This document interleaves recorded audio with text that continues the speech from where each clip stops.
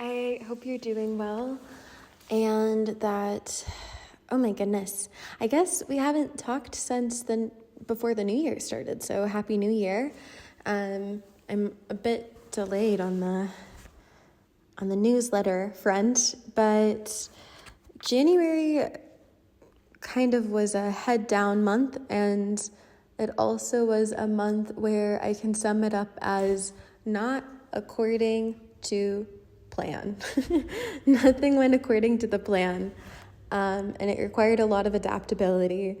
I started off the month with being in Paris for a week longer than I expected, which is fine. It was really nice to spend time with my partner there, and also it was really nice to go to Avignon, but the snow was quite brutal and it was way colder than I expected it to be. So I went on a lot of walks where I was underprepared for the weather.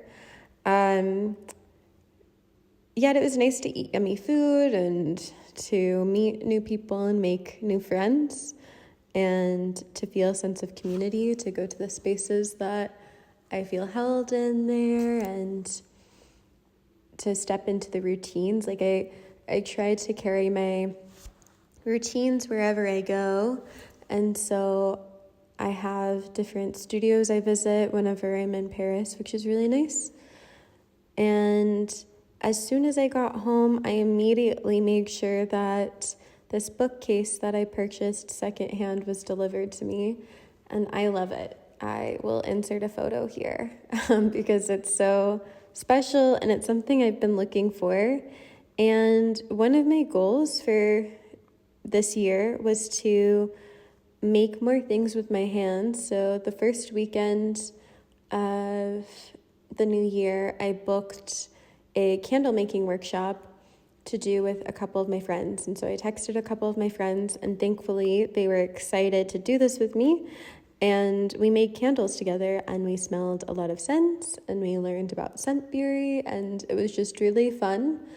And my candle is called Old Money. It smells like tonka bean and amber and fig. So that was quite fun. It was also a friend of mine's birthday, so that was exciting. And I made a couple of bouquets for that, for myself and for her. And the canal iced over because it was so cold. It's been a really brutally cold month. It's probably been the coldest month I've ever experienced in Berlin. We've had a lot of snow and we've had a lot of ice, and there's something nice about this because it justifies this cozy feeling, and there also is a lot more light in the air, even though it's so gray in Berlin. But it is difficult to move through life with the thick layers of ice. The other day, I wasn't thinking, and I put on heeled shoes, and I stepped outside, and I was wearing heels all day to demonstration and heels all day over the ice, walking like a little zombie. Quite a chaotic moment. And in true not according to plan fashion, the master's program I'm currently enrolled in is shutting down. Thankfully, I won't be affected by this, but it is really unfortunate because it cuts an entire tie and lineage for international artists to be in Berlin. And we're asking for people to sign our open letter, which you can do so. I'll put a link in this newsletter. And if you see it before mid-February, please take a moment to sign the petition and sign the open letter. It takes about 2 seconds to fill out and really makes a difference. There's also CTM this month, which was really beautiful, saw some great work, and had really tasty dinner with friends. And that is about it for this month. I've just been writing and preparing for exams and making music and tending to work where I can and meeting people and just trying to feel rooted in these crazy times. Oh, I read 5 books this month. Let me look at my story graph. They were mainly like books for fun, but the books I read this month were Dream Count, Aitutuba, which I read when I was like very young, but it was nice to reread.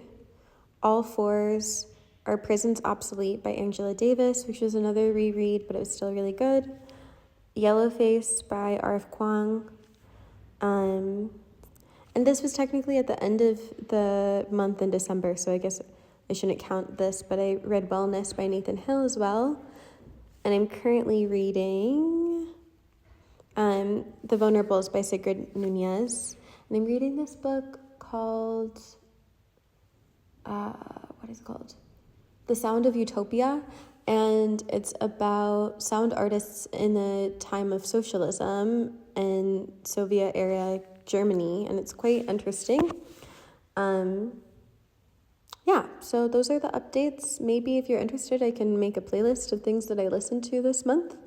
And I'd love to hear what you've been reading and listening to and what you're engaging with and what's inspiring for you and what's grounding you and keeping you rooted in these times.